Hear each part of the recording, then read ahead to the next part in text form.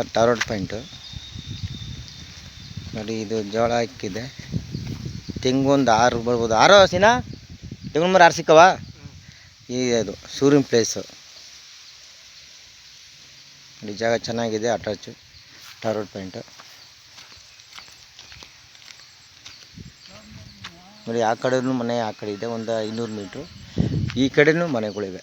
ಇದು 200 ಮೀಟ್ರು ಜಾಗ ಇದೆ.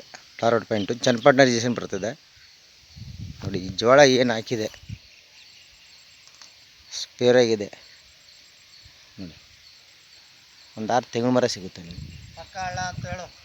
ಆ ಕಡೆದು ಹಳ ಆದ್ರೂ ಆ ಕಡೆ ಕಲ್ಲು ಹಾಕಾರಲ್ವಾ, ಆ ಕಡೆ ಪಕ್ಕ ಅದನ್ನು ತೋರಿಸ್ಬಿಡ್ತೀನಿ ಸರ್. ಅದೇನು ನಿಮ್ಮ ತೊಂದರೆ ಇಲ್ಲ ಬಿಡಿ. ಎಳ್ಳದ್ದು ಟಾರ್ ಅಟ್ಯಾಚ್ಗೆ ಇರೋದು ಸೂರ್ಯನ ಪ್ಲೇಸು. ಜಾಗ ಚೆನ್ನಾಗಿದೆ ನೋಡಿ ಸರ್.